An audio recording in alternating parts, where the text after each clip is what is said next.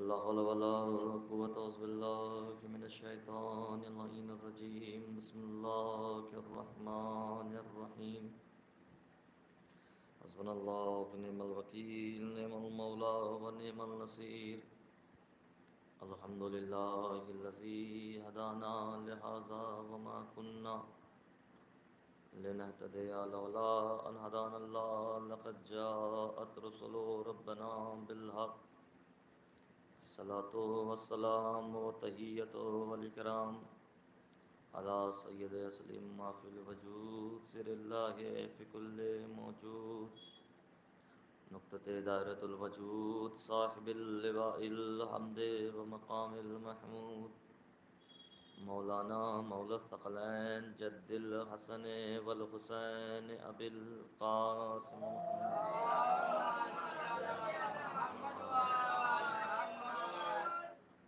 وعلى أهل البيت الطيبين الطاهرين المعصومين المظلومين، ولعنة الله على أعدائهم أجمعين من يومنا هذا إلى قيام يوم الدين. أما بعد فقد قال الله تبارك وتعالى في كتابه المبين، وهو أصدق الصادقين وقوله الحق. بسم الله الرحمن الرحيم. والذين جاهدوا فينا لنهدينهم سبلنا وإن الله لمع المحسنين. صلوات پڑھیں پر محمد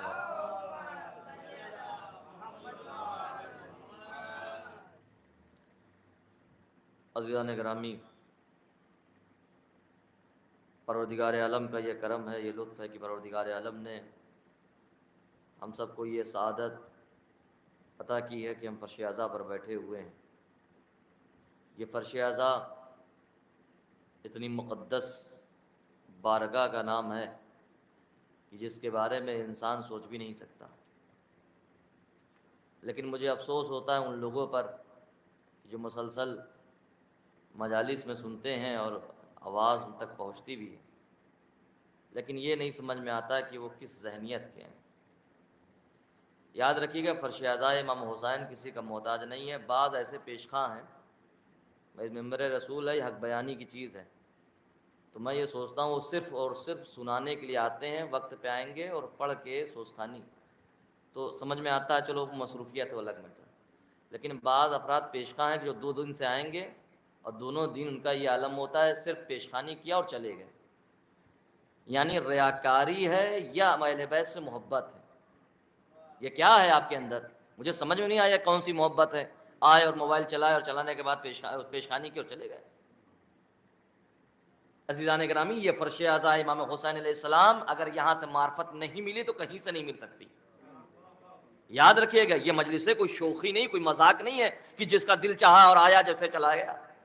ہم آئے ہیں ٹائم پاس کرنے کے لیے نا. یہ وقت جو لمحہ آپ کا گزر رہا ہے کتنا عبادت میں شمار ہو رہا ہے آپ کو اس کا اندازہ نہیں ہے.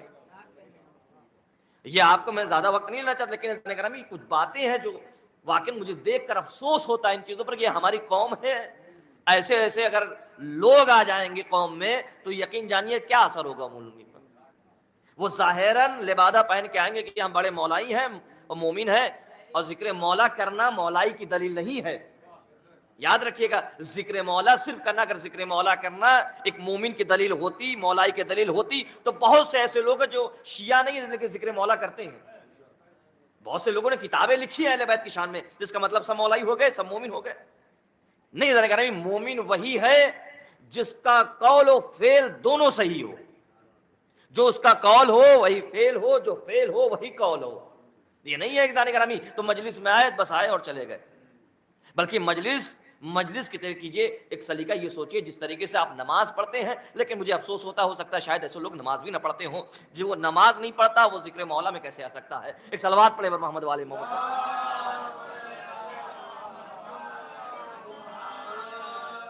تو یہ فرش اعضاء امام حسین علیہ السلام کو سمجھیں.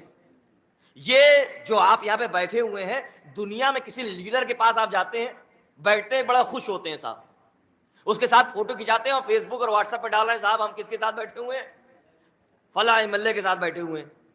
فلاں منتری کے ساتھ بیٹھے ہوئے بڑے خوش ہیں صاحب، اور لوگ نیچے کمنٹ کر رہے ہیں ماشاءاللہ سبحان اللہ جزاک اللہ، کیا کہنا، تعریف پہ تعریف، فضائل پہ فضائل لوگ پڑھ رہے ہیں آپ کے. لیکن عزیزان گرامی، جس طریقے سے دنیا کے ایک چھوٹے سے نیتا کے ساتھ فوٹو کھنچا کے بڑے آپ کو خوشی ہوتی ہے، ذرا اللہ کے سامنے، ان کے فرشتوں کے کیمروں کے سامنے بھی اپنا آ کے فوٹو کھنچاؤ، اس الہی کیمرے کے سامنے بھی اپنا فوٹو کھنچاؤ، تاکہ پروردگار عالم کے سامنے یہ آپ کے فوٹو جو ہیں یہ تصویریں قید ہوں کہ ایسے مولا کے چاہنے والے بیٹھے ہوئے تھے. ایک صلوات پڑھیں محمد والے میں. یہ فیکٹری ہے امام حسین علیہ السلام کی، یہ مجلس ہے، یہ فیکٹری. جیسے آپ کے موبائل میں وائرس آ جاتا ہے تو آپ موبائل میں جب وائرس آ جاتا ہے تو کیا کرتے ہیں؟ ریزیٹ کرتے ہیں وائرس کو، فیکٹری ریزیٹ. جب فیکٹری ریزیٹ کرتے ہیں تو کیا وائرس ختم ہو جاتا ہے. تو جانے گرامی یہ مجلس بھی یہی ہے. یہ 2 مہینہ 8 دن جو مجلسیں ہوتی ہیں اس کا مقصد یہی ہے کہ آپ کے اندر جو برائیاں ہیں، جو گنہگاریاں ہیں، جو بد اخلاقیاں ہیں، جو بدسلوکیاں ہیں، وہ سارے کردار یہاں سے بنتے ہیں اور یہ سارے وائرس یہاں سے ختم ہوتے ہیں. یہ ایسے نہیں، یہ معصوم کی روایت میں پڑھ رہا ہوں آپ کے سامنے. معصومین علیہ السلام فرماتے ہیں کہ جب بھی کوئی انسان زیارت پہ جائے، کسی بھی معصوم کی ہو، زیارت پہ جائے، منظرانی فہوا غسلن، جو بھی ہماری زیارت کو جائے اور کیسے جائے؟ غسل کے ساتھ. خرجت من ذنوبہ کا یوم ولدتہ، کل یوم ولدہ امہ، کہتے ہیں کہ وہ ایسے پاک ہو گیا جیسے ماں کی شکم سے نکل رہا ہے. یعنی گناہیں کیسے ختم ہوتی ہیں. عزیزان گرامی، اسی لیے میں کہتا ہوں مجلسوں میں آ کر بیٹھو، تم بھی ایسے ہو جائے کہ یوم ولدتہ، ایسے ہی ہو جائے گا جیسے آپ کی ساری گناہیں ختم ہو گئی ہیں. صلوات پڑھیں پر محمد والے میں.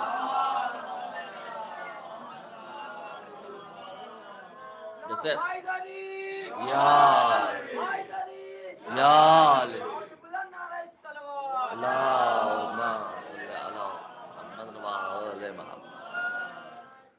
آپ کی گناہیں آپ ویسے ہی ہو جائیے گا مجلس میں آنے سے، مجلس میں بیٹھنے سے، جیسے ابھی بطن مادر سے نکلا ہوا بچہ. لہذا جان گرامی، یہ مجلسوں کا تصدق ہے. ہماری آنکھوں پہ پردے لگے ہوئے ہیں، ہم کو نہیں معلوم ہے فرش ازا کی اہمیت، اس لیے کہ ہم ظاہراً مولائی ہیں لیکن ہم اندر سے مولائی ہے ہی نہیں. یہ تو وہی والی مثال ہوئی کہ ہارون کے سامنے، ہارون مکی، چھٹے امام کا دور ہے، ایک شخص آیا کہنے لگا مولا ہم آپ سے بڑی محبت کرتے ہیں. تو مولا نے کیا کہا؟ اگر ہم سے محبت تم کرتے ہو کیا کرو؟ اس جلتے ہوئے تندور میں کود جاؤ. بہت دعویٰ کرا مولا ہم آپ سے بڑی محبت کرتے، کہ مجھے پڑھنا کچھ اور تھا لیکن پڑھ کچھ اور رہا ہوں. کہا مولا میں بڑی محبت کرتا ہوں آپ سے، بہت عشق ہے آپ سے، بڑا چاہنے والا ہوں. ایسے ہی کوفے والے تھے، یاد رکھیے گا، امام حسین کو جس نے خط لکھا تھا وہ کیا تھے؟ یہ بھی یہی کہہ رہے تھے حسین ہم آپ سے محبت کرتے ہیں. یہ کہتے ہیں بھائی 17,000 خطوط لکھے گئے مولا کی خدمت میں، مولا ہم آپ سے محبت کرتے ہیں، ہم آپ سے چاہنے والے ہیں. اگر آپ نہیں آئے تو ہم روز محشر آپ کے نانا سے آپ کی شکایت کریں گے. دیکھیے جانے گرامی، یہ کون سی بات ہے شکایت کریں گے آپ کے نانا سے؟ اگر یہ کہتے صاحب مولا کہ ہم کو آپ کی ہدایت کی ضرورت ہے، آپ آئیے ہدایت کیجئے میری، تو سمجھ میں آتا ہے.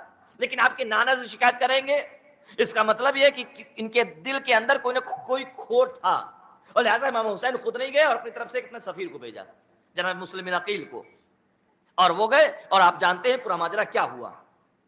تو صرف مولائی ہونے کا دعویٰ کرنا اہم نہیں ہے، بلکہ دلیل پیش کرنا اہم ہے. کہنے لگا مولا میں آپ سے محبت کرتا ہوں. مولا نے کہا کنویں میں کودی سے، جلتے ہوئے تندور میں کود جا. کہا آپ کی محبت میں جلتے ہوئے تندور میں کودنا پڑے گا؟ خاموش. کہا یہ محبت؟ دیکھیں جب اطاعت معصوم ہو جاتی ہے، جب معصوم کی کوئی اطاعت کرتا ہے تو یہ نہیں دیکھتا کہ تندور ہے کہ جلتی ہوئی آگ ہے یا گلزار ہے، لیکن یہاں سوال ہے اطاعت معصوم کا، اطاعت اہل بیت کا. اب لیکن کیا ہے، اس نے کہا مولا آپ کے لیے ہم کو جلنا ہوگا، پیچھے ہٹ گیا. لیکن اتنے میں کیا ہوا، اسی راستے سے ہارون مکی کا گزر ہوا. جیسے ہارون مکی نے مولا کو دیکھا, مولا کو سلام کیا, مولا نے کہا ہارون مکی اس جلتے ہوئے تندور میں کود جاؤ. جیسے ہی مولا نے کہا تو ہارون مکی فوراً تندور میں کود گئے. اب کود گئے تو مرتبہ مولا نے تندور کا جو دہانا تھا وہ بند کر دیا. اب یہ سوچ رہا ہے کہ اب تو ہارون مکی بیچارہ علی سے محبت کر رہا تھا, چھٹے امام سے محبت کر رہا تھا, لیکن جل کے خاک ہو گیا. لیکن عزیزان گرامی کیا ہوا؟ اس لیے کہ معرفت نہیں تھی, پہچانتا نہیں تھا اپنے مولا کو, صرف زبانی دعویٰ تھا. جب زبانی دعویٰ ہوگا تو ایسے ہی عمل صادر ہوگا. اب یہی سوچ رہا تھا کہ تو ہارون مکی جل گئے ہوں گے, خاک ہو گئے. ایک مرتبہ مولا نے جب تندور ہٹایا تو کیا دیکھا؟ ہارون مکی جو آگ جن کے لیے روشن تھی وہ آگ گلزار میں تبدیل ہو گئی, اور ہارون مکی تسبیح و تحلیل کی آوازیں بلند کر رہے ہیں. کیا سمجھے آپ؟ اس کا مطلب یہ ہے اگر اطاعت معصوم ہو جائے تو مشکلیں ساری حل ہو جاتی ہیں. اگر امام کی واقعہ محبت ہو جائے, اگر امام کے وفادار ہم ہو جائیں. ایک صلوات پڑھیں پر محمد والے محمد.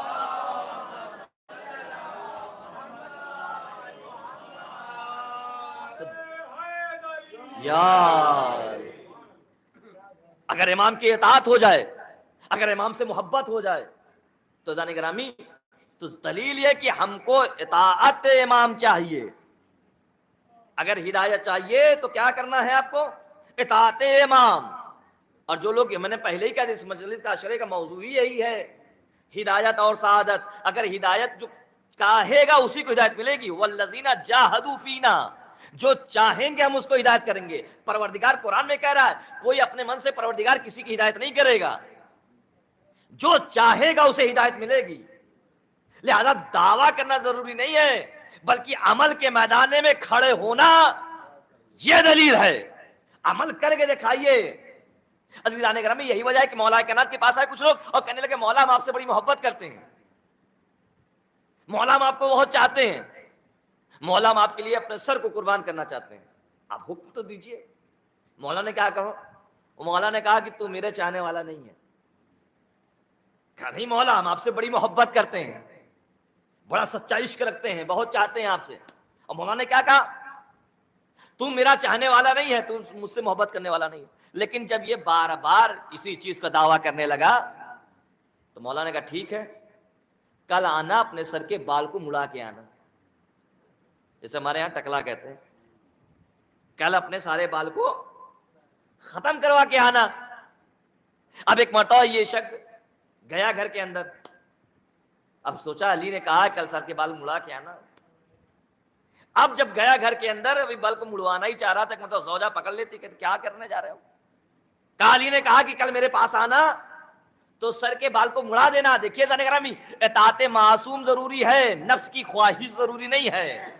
ایسا نہ ہو کہ مجلس میں ہم بیٹھے ہوئے ہیں اور پھر سوچے کہ موبائل چلانا ضروری ہے, چلو باہر چلتے ہیں, چلو تھوڑی دیر کچھ دیر بات کر لیتے ہیں. اپنے نفس کی خواہشوں میں ملوث نہ ہو. نوجوان اس چیز کو سمجھیں کہ آج یہ معاشرہ, یہ آج سوسائٹی, آپ کہاں جا رہے ہیں, کس رو میں جا رہے ہیں, کس طرف جا رہے ہیں. عزیزان گرامی تو نفس کی خواہشات نہیں ہے. محبت کا مطلب یہ ہے کہ اپنے نفس کی پیروی نہیں ہونا چاہیے, بلکہ امام کی پیروی ہونا چاہیے. امام کی پیروی ہونا چاہیے. ایک صلوات کا سہارا دے کر آپ تھوڑا اندر آ جائیں, کافی جگہ ہے, آپ لوگ اندر آ جائیں, آپ لوگ پیچھے جو کرات ہیں.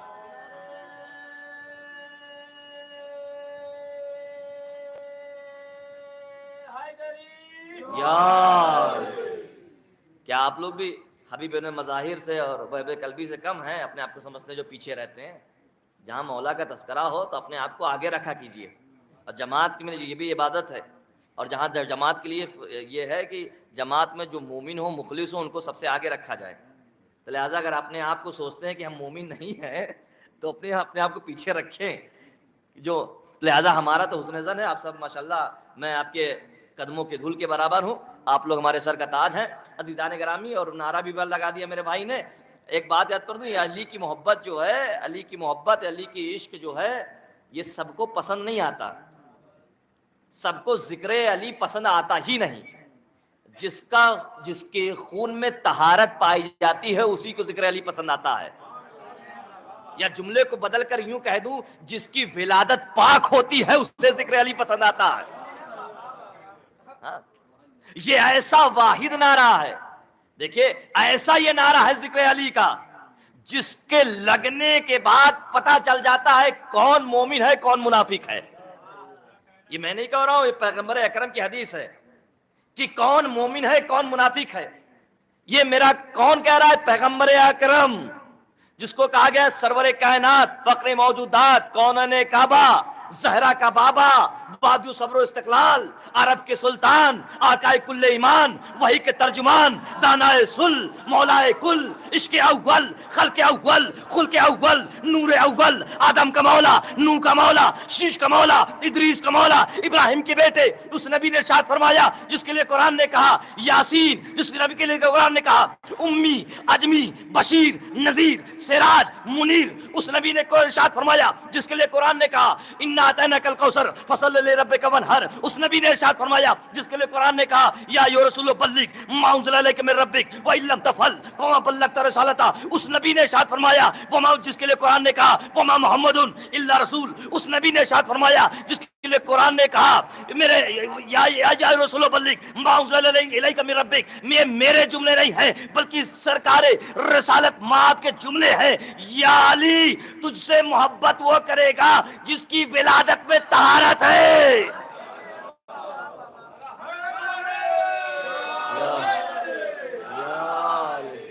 یا علی، تجھ سے محبت کیوں کرے گا؟ یا رسول بلغ ما انزل الیک من ربک. یہ وہ رسول پہ بیان کر رہا ہے جس کے لیے قرآن نے اتنی آیتیں بیان کی. عزیزان گرامی، کہ تجھ سے محبت وہ کرے گا جس کی ولادت میں طہارت ہوگی. تو علی سے محبت اس چیز کی دلیل ہے کہ جس کی طہارت، جس کی ولادت جو ہے وہ پاک ہے، جو طاہر ہے وہی علی سے محبت کرے گا. تو عزیزان گرامی، تو وہ شخص جیسے ہی چلا اپنے سر کے بال کو مڑوانے کے لیے، زوجہ نے ہاتھ کو پکڑا. ارے کیا کرنا چاہتے ہو؟ سر کے بال کو مڑانا چاہتے ہو؟ کہنے لگا ہاں. قاضی نے کہا ہے. ارے پاگل ہو، ارے بال میں اتنے ہینڈسم لگ رہے ہو، اتنے خوبصورت لگ رہے ہو، رہنے دو. کیا ہوا اس میں؟ پتا چلا نفس کی خواہش آ گئی.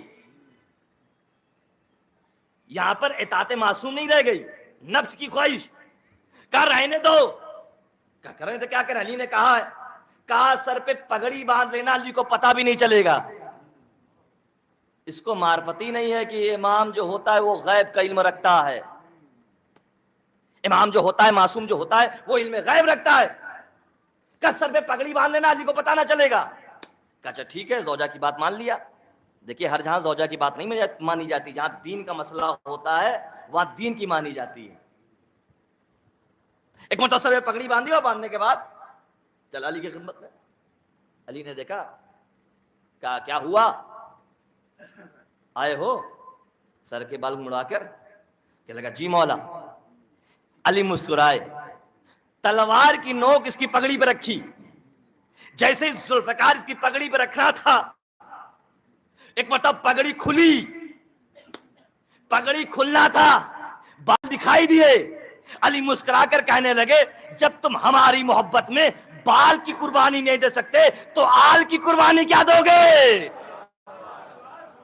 صلوات بر محمد.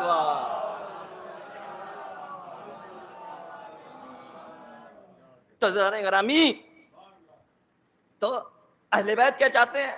اطاعت اہل بیت کریے، معصوم کی اطاعت کیجئے، خواہشات نفس کا شکار نہ بنیے. یہ واحد ذریعہ ہے اہل بیت کہ جو خدا تک پہنچاتے ہیں.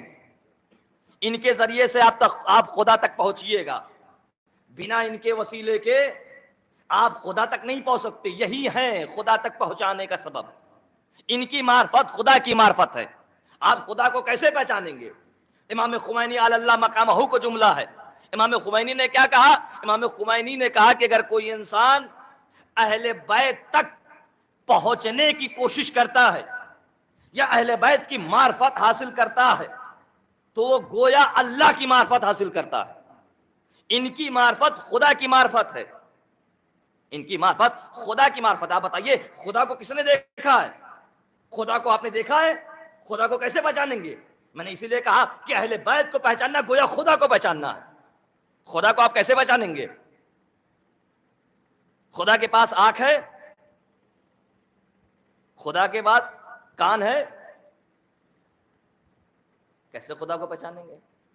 مثال کے طور پر میں نے کچھ باتیں کبھی عرض کی تھی شاید ایسے یہاں، لیکن آج پھر عرض کر رہا ہوں. خدا کو پہچاننے کے لیے کس چیز کا آپ سہارا لیں گے؟ تو سارے لوگ کہیں گے صاحب 5 سینس ہیں جس کے ذریعے سے آپ خدا کو پہچان سکتے ہیں. وہ کون کون سے ہیں؟ 5 سینس کے ہیں جس کے ذریعے سے خدا کو پہچانتے ہیں. جسے منطق کی زبان میں کہتے ہیں حواس خمسہ. اس کے ذریعے سے آپ کو خدا کو پہچانتے ہیں. کون کون ہے؟ دیکھنے کی طاقت، سننے کی طاقت، چکھنے کی طاقت، سونگھنے کی طاقت، اور ایک ٹچ کر کے احساس کرنے کی طاقت. یہ 5 حواس خمسہ ہیں جس کے ذریعے سے آپ کسی چیز کو پہچان جاتے ہیں. مثال کے طور پر اگر آپ کسی چیز کا ذائقہ سمجھنا آپ ٹیسٹ کریں گے تو پتہ چلے گا کہ اس میں نمک ہے یا نہیں ہے. کسی چیز کو آپ ٹچ کرتے ہیں، مثال کے طور پر ایک چیٹی بھی آپ کے جسم پہ چڑھی، اس کے چڑھنے سے آپ کو پتہ چل جاتا ہے کہ کوئی چیز ہمارے بدن پہ چڑھی ہوئی ہے. کسی چیز کو آپ دیکھتے ہیں تو سمجھ میں آتا ہے یہ کیا ہے. کسی چیز کو آپ سونگھتے ہیں تو پتہ چل جاتا ہے کہ یہ کیا ہے. بو کی طاقت یعنی سونگھنے سے. یعنی 5 چیزوں کے ذریعے سے انسان کسی چیز کے بارے میں پتہ کرتا ہے یہ ہے کیا، اس کی معرفت حاصل کرتا ہے، اس کو پہچانتا ہے 5 چیزوں کے ذریعے سے. اب بتائیے کسی نے خدا کو دیکھا ہے؟ دیکھ کر آپ کسی چیز کو پہچانتے ہیں؟ سن کر کسی کو پہچانتے ہیں کہ صاحب ان کی آواز سے سمجھ گیا کہ یہ کون صاحب وہ بول رہے ہیں؟ بہت توجہ رہے. سونگ کر کسی چیز کو پہچانتے ہیں اس کی بو کے ذریعے سے. چک کے کسی چیز کو پہچانتے ہیں، ٹچ کر کے کسی چیز کو پہچانتے ہیں. اب بتائیے خدا کو کیسے آپ نے پہچانا؟ اچھا جانے گرامی، خدا نے بھی کتنا اچھا انتظام کیا ہے.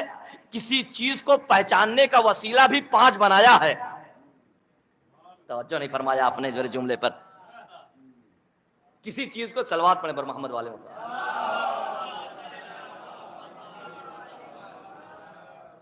کسی چیز کو پہچاننے کے لیے 5 وسیلے فراہم کیے ہیں کہ ان چیزوں کے ذریعے سے آپ پہچانیے گا.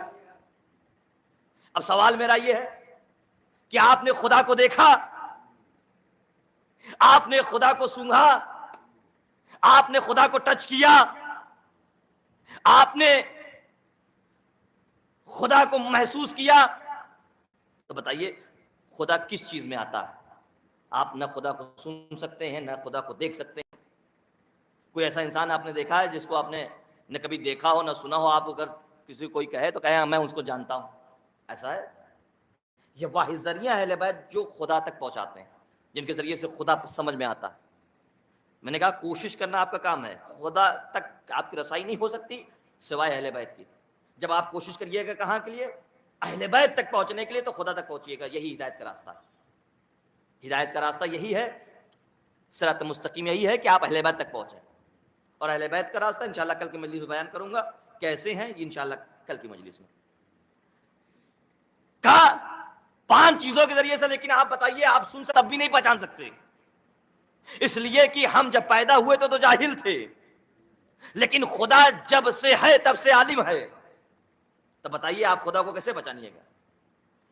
اب مسئلہ اور مشکل ہو گیا، اس لیے کہ ہم جتنے جو بھی دنیا کا انسان جب دنیا میں آتا ہے تو سب کے سب جاہل ہوتے ہیں. واللہ اخرجکم من بطون امہاتکم لا تعلمون شیئا. ہم نے تمہیں اپنی ماؤں کے پیٹ سے ایسے خارج کیا، ایسے نکالا کہ تم بالکل جاہل تھے، کچھ نہیں جانتے تھے.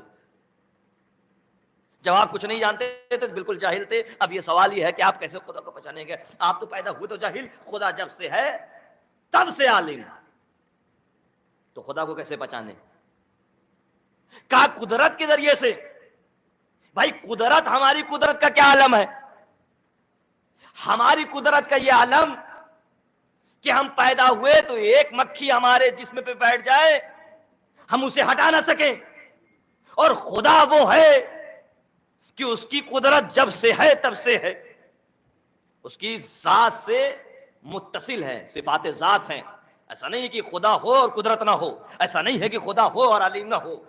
یہ محال یہ چیزیں زانی گرامی. 3 چیزیں ہیں جو خدا کی صفات ذات ہیں، وہ علم ہے، قدرت ہے اور حیات ہے. یہ تینوں چیزیں جب سے خدا ہے تب سے ہے، اس کو کبھی اللہ سے جدا نہیں کر سکتے، الگ نہیں کر سکتے. کا تب خدا کی معرفت کیسے حاصل کریں؟ کہا خدا کے اسماء کے ذریعے سے، خدا کے نام کے ذریعے سے خدا کو پہچانیے۔ خدا کے نام کیا ہے؟ خدا کے اسماء کیا ہیں؟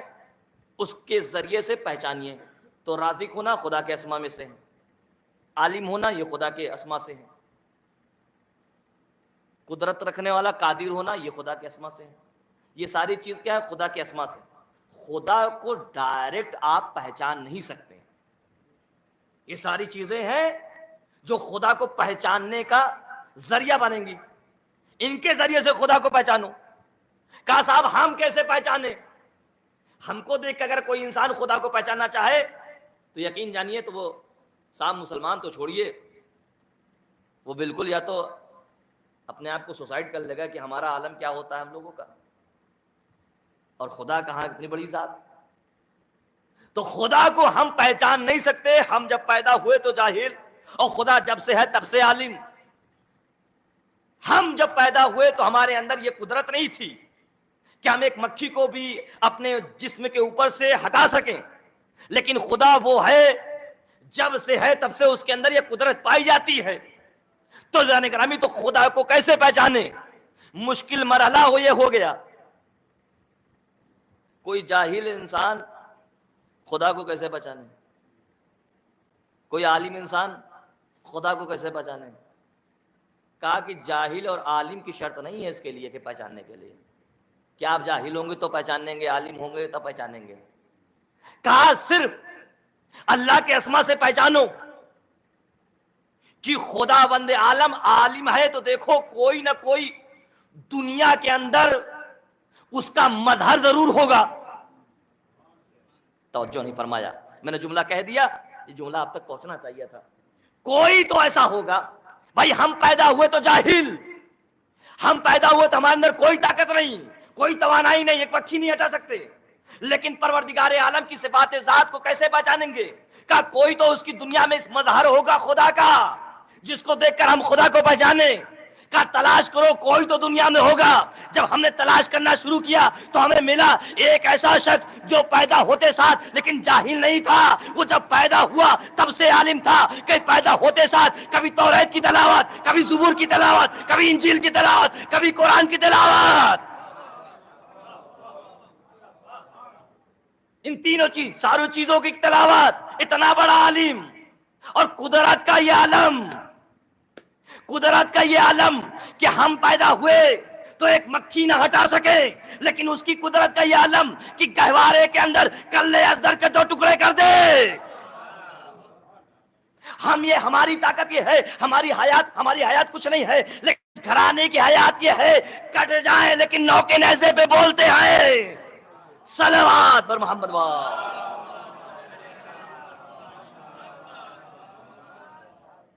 تو عزیزان گرامی، اہل بیت کیا ہے؟ خدا کے مظہر ہیں، ان کے ذریعے سے آپ خدا کو پہچانیے۔ بنا اہل بیت کے خدا کو پہچان ہی نہیں سکتا کوئی انسان۔ یہ واحد ایک ذریعہ ہے خدا کو پہچاننے کے لیے، ان کی معرفت حاصل کرنا گویا خدا کی معرفت حاصل کرنا، اور یہی ہر وقت آپ کی مصیبت میں کام آئیں گے۔ خدا ڈائریکٹ کسی کی مدد نہیں کرتا، مستقیماً خدا کی ہدایت کسی کو نہیں ہوتی۔ آپ اگر سوچیں کہ خدا آپ کی مدد کرتے، نہیں ہوگی۔ خدا وسیلہ بناتا ہے، یا ایھا الذین آمنوا اذا وابتغوا الیہ الوسیلہ، اے لوگوں کیا وسیلہ تلاش کرو۔ تو خدا وسیلہ بناتا ہے، اور یہ اہل بیت جو ہیں ہدایت کے راستے ہیں، اور یہ ایسا راستہ ہے ہدایت کا کہ اگر آپ کوشش کریے گا اہل بیت تک پہنچنے کے لیے تو گویا آپ خدا تک پہنچ گئے۔ کم سے کم آپ یہ سرٹیفکیٹ تو لے لیں اہل بیت آپ سے راضی ہے کہ نہیں راضی ہیں، اس لیے کہ یہ خدا کی صفات کے مظہر ہیں، یہ صفات خدا کی صفات کے مظہر ہیں۔ عزیزان گرامی، تو یہ ایک اعتراض ہوتا ہے، وہ اعتراض کیا ہے کہ صاحب آپ علی والے بڑے علی کے فضائل پڑھتے ہیں، کہ آپ اہل بیت کو بتاتے ہیں اللہ کی صفات کے مظہر ہیں، اور جہاں بھی مشکل ہوئی ہم بلا لیں تو اہل بیت پہنچ جائیں، جہاں پہ بھی مشکل ہوتی ہے اہل بیت پہنچ جاتے ہیں، مولا علی پہنچ جاتے ہیں، قبر میں بھی مولا علی آتے ہیں، نشر میں بھی علی آتے ہیں، حساب و کتاب میں بھی علی آتے ہیں، ہر جگہ پہ علی آپ کے موجود ہوتے ہیں۔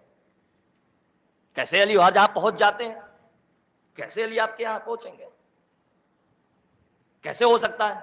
جونپور والے پریشان ہو تو علی کو پکاریں تو علی آ جائیں، لکھنؤ والے پریشان ہو تو علی کو پکاریں تو علی آ جائیں، اگر دلی والے علی کو پکاریں تو علی آ جائیں، ہر جگہ کے پورے ہندوستان کے لوگ علی کو پکاریں تو علی آ جائیں.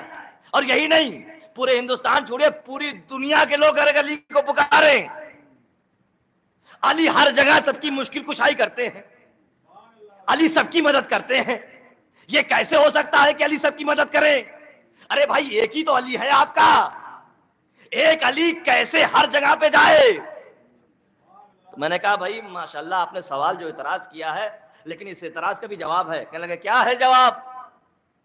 ہم نے کہا اچھا یہ بتائیے آپ کے پاس موبائل ہے؟ کہنے لگے مولانا بالکل موبائل ہے. ہم نے کہا موبائل میں انٹرنیٹ ہے؟ کہنے لگے ہاں مولانا انٹرنیٹ بھی ہے. ہم نے کہا انٹرنیٹ پہ سرچ کیجئے. ہم نے کہا نا کہ اہل بیت کیا ہے؟ اللہ کی صفات کے مظہر ہیں. اللہ کے اندر جو جو صفات پائے جاتے ہیں یہ ان کے اندر پائے جاتے ہیں، یہ ان کی صفات، ان کے ذریعے سے خدا کو پہچانیے گا. یہی ایک واحد ذریعہ ہے خدا کو پہچاننے کا. کہا کہ کیسے ہو سکتا ہے کہ علی ہر جہاں پہ؟ جونپور والے بلائے تو علی پہنچے، لکھنؤ والے بلائے تو علی پہنچے، لندن والے بلائے تو علی پہنچے، بنگلہ دیش والے بلائے تو علی پہنچے، ایران والے بلائے تو علی پہنچے، افریقہ والے بلائے تو علی پہنچے، ہر مقام پر علی پہنچے. ہم نے کہا موبائل ہے تو موبائل دیکھیے، موبائل تو کھولیے. کہنے لگا ٹھیک ہے مولانا موبائل کھولتے ہیں. ہم نے کہا انٹرنیٹ ہے؟ کہا ٹھیک ہے انٹرنیٹ بھی ہے. ہم نے کہا ذرا سرچ کیجیے.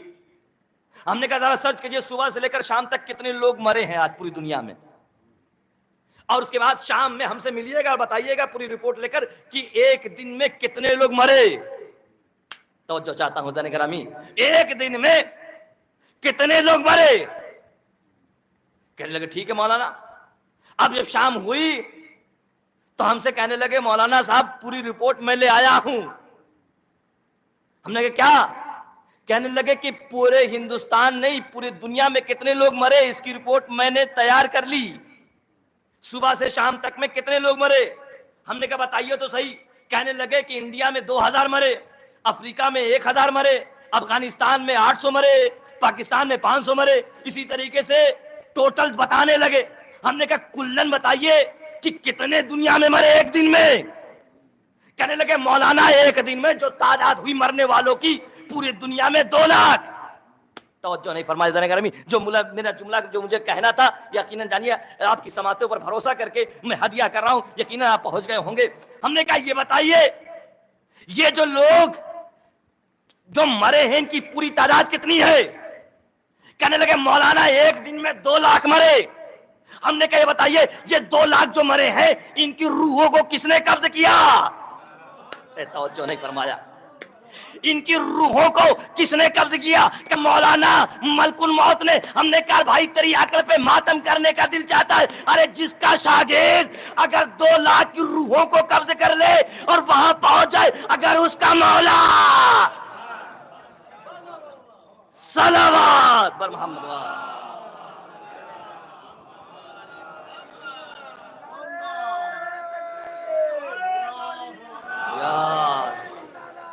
یا رسول اللہ.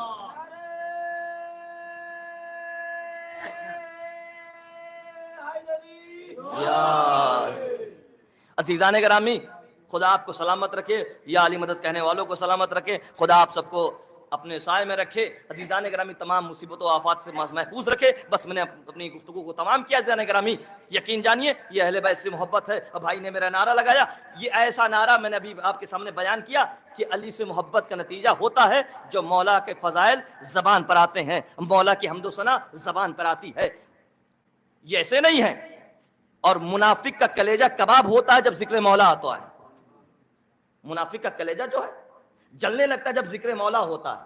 اور یہی وجہ تھا 1-2 کوڑی کا انسان.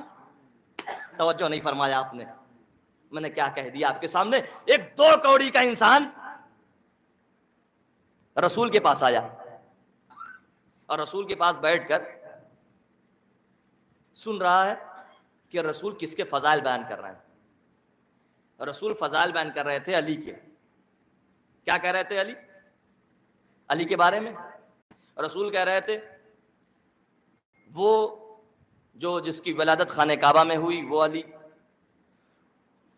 وہ علی جس کی شہادت مسجد کوفہ میں ہوگی وہ علی، وہ علی جس کے لیے آسمان سے تلوار آئی، وہ علی جس کی زوجہ فاطمۃ الزہرا کہلائی، وہ علی جو میرا داماد ہے، وہ علی جو خیبر کا فاتح ہے۔ یہ سارے فضائل سن رہا تھا منافق، پوری توجہ اس کے بعد رفتے مسائل۔ یہ منافق علی کے فضائل کو سن سن کے اس کا کلیجہ کباب ہو رہا تھا۔ بھائی منافق تھا نا، بزم رسالت میں بیٹھنے والے سب تھوڑی مومن تھے، منافقین تو ہیں، اسی لیے کہا قرآن نے اذا جال منافقون قالوا نشهد انک رسول اللہ، اے پیغمبر کہہ دو یہ جو آپ کے ساتھ آتے ہیں یہ منافق ہیں، آپ کے پاس آتے ہیں جو کہتے ہیں کہ آپ اللہ کے رسول ہیں، اللہ جانتا ہے آپ اللہ کے رسول ہیں، یہ لیکن یہ کیا ہے منافق ہیں جو آپ کو کہتے ہیں کہ آپ اللہ کے رسول ہیں، اللہ تو جانتا ہی ہے آپ اللہ کے رسول ہیں۔ تو منافق کا کلیجہ کباب ہو رہا تھا، اور پیغمبر جو ہے بیان کر رہے ہیں فضائل علی کے، کہ خیبر کے فاتح علی، داماد پیغمبر علی، صفین کے فاتح علی، حنین کے فاتح علی، جمل کے فاتح علی، آسمان سے ذوالفقار علی کے لیے آئی، مسجد میں شہادت علی کی ہوگی، خانہ کعبہ میں ولادت علی کی ہوگی، استاد ملائکہ علی، وہ علی جس کے لیے عرش سے تلوار آئی، تمام فضائل علی کے بیان کر رہے تھے۔ ایک مرتبہ منافق کھڑا ہوا اور ایک مرتبہ سن رہا ہے علی کے فضائل، بار بار علی علی علی علی، تو ایک مرتبہ منافق آگے بڑھ کے کہتا ہے یا رسول اللہ، ہر جگہ پہ علی، خیبر میں علی، احد میں علی، بدر میں علی، صفین میں علی، جمل میں علی، آسمان سے ذوالفقار علی کے لیے استاد ملائکہ علی، یا رسول اللہ ہر جگہ پہ علی۔ دیکھیے منافق تھا لیکن یہ دو کوڑی کا منافق بڑا چلاک تھا، کہنے لگا ہر جگہ پہ علی، اے پیغمبر، یہ پیغمبر کو پھنسانا چاہ رہا تھا، ہر جگہ پہ علی، کہنے لگا یا رسول اللہ ایک سوال آپ سے، پیغمبر نے کہا بتا، ہر جگہ سن رہا ہے علی علی نا، کہا بتا، کہنے لگا پیغمبر یہ بتائیے جنت میں سب سے پہلے کون جائے گا؟ توجہ نہیں فرمایا آپ نے، جنت میں سب سے پہلے کون جائے گا؟ اب یہ سوچ رہا تھا کہ یہاں پر رسول کہیں گے میں، ہائے ہائے ذرا سا غور کریں، یہاں پر رسول کہیں گے میں، ایک مرتبہ رسول مسکرا کر کہتے ہیں علی۔ اب جیسے ہی اس منافق نے سنا ایک مرتبہ کلیجہ کباب ہوا، کہنے لگا یا رسول اللہ آپ سے بھی پہلے۔ پیغمبر نے کہا تجھے پتا نہیں علمدار آگے آگے ہوتا ہے، سردار پیچھے پیچھے، صلوات پر محمد وآلہ۔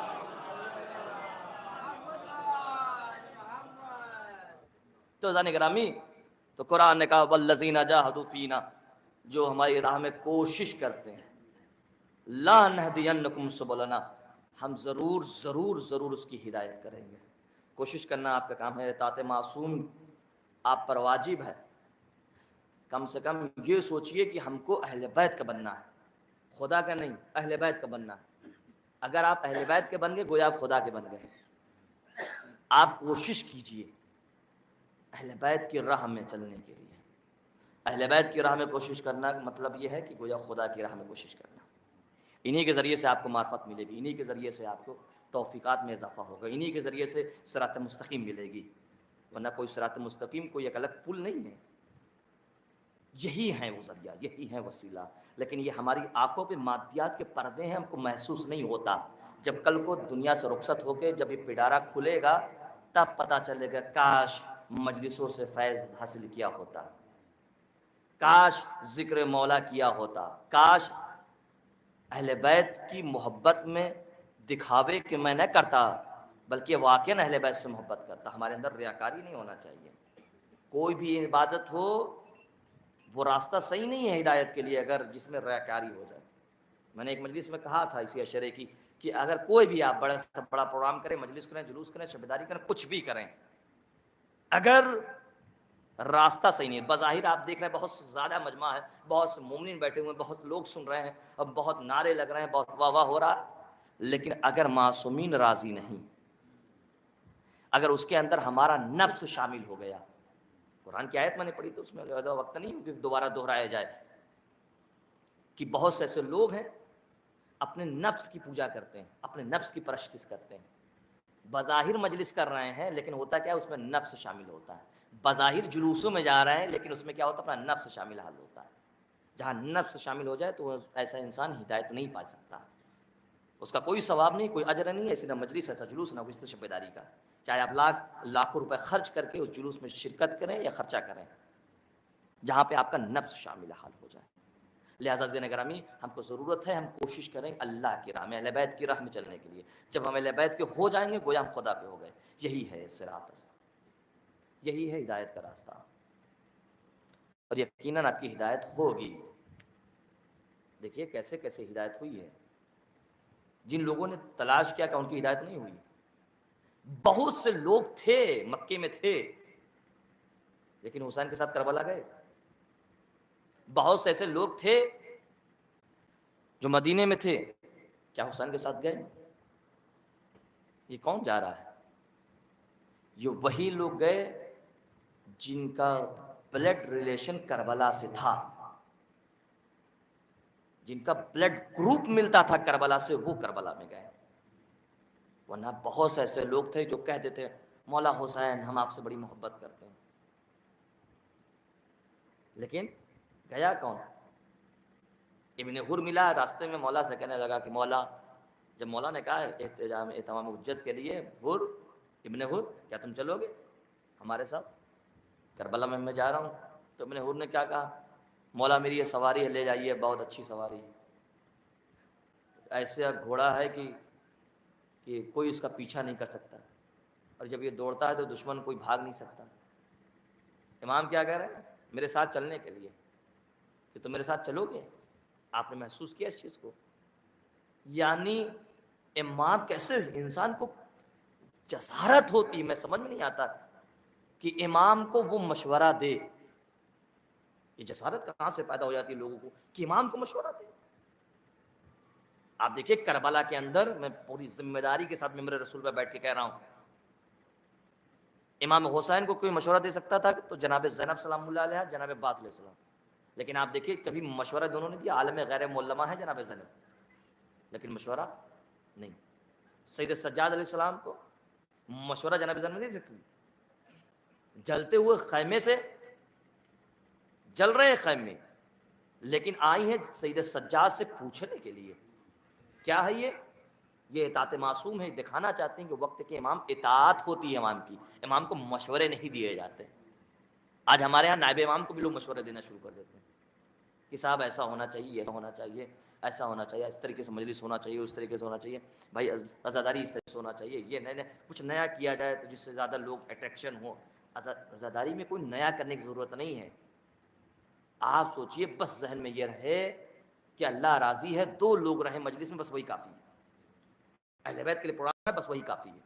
مقصد صرف اہل خلوص کے ساتھ ہو، اہل بیت کی محبت میں.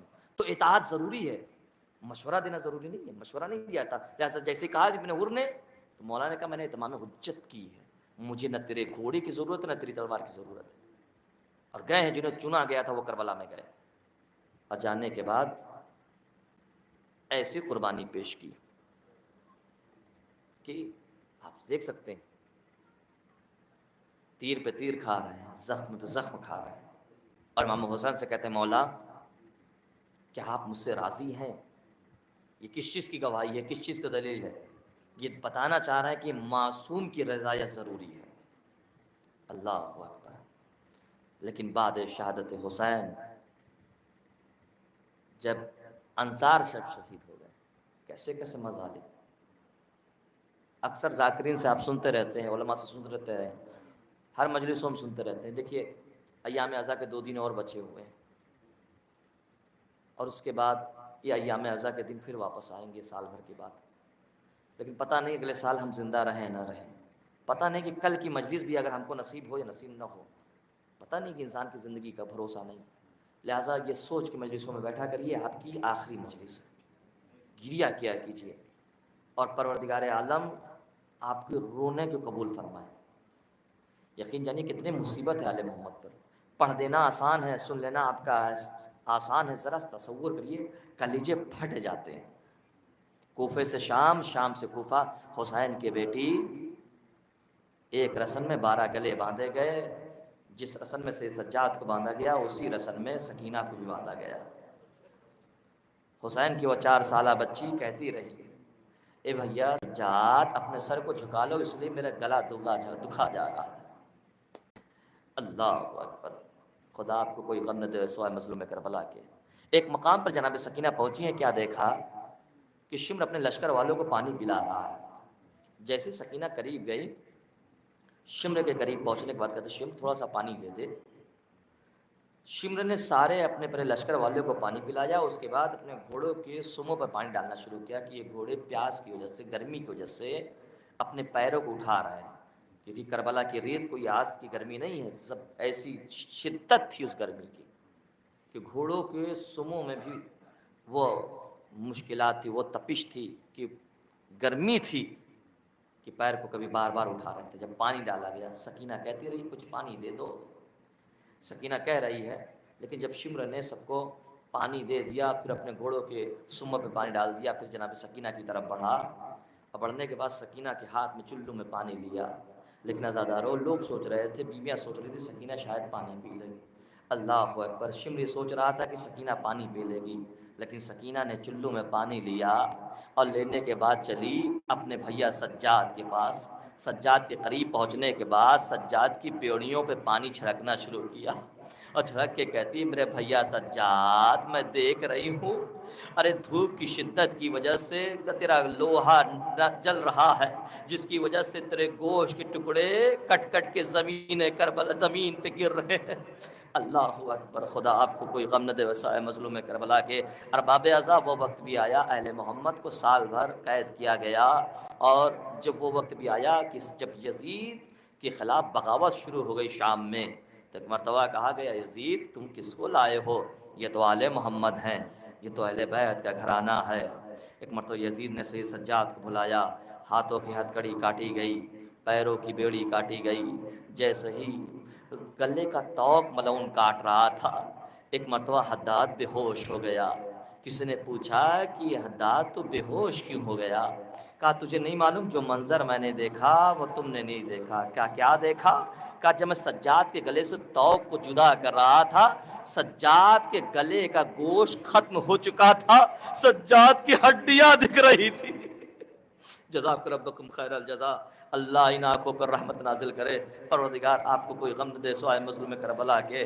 ارباب عذاب، روایت کہتی ہے سے سجاد آئے پھوپھی اماں کے پاس، زینب نے کہا میرے لاڈلے جا کے عزیز سے کہو پہلے تبرکات واپس کر دے۔ اللہ اکبر، تبرکات آنے شروع ہوئے۔ ایک دشت میں ایک سرایا، زینب نے آگے بڑھ کے لیا، سر پہ سر آتے رہے، زینب بڑھ بڑھ کے لیتی رہی۔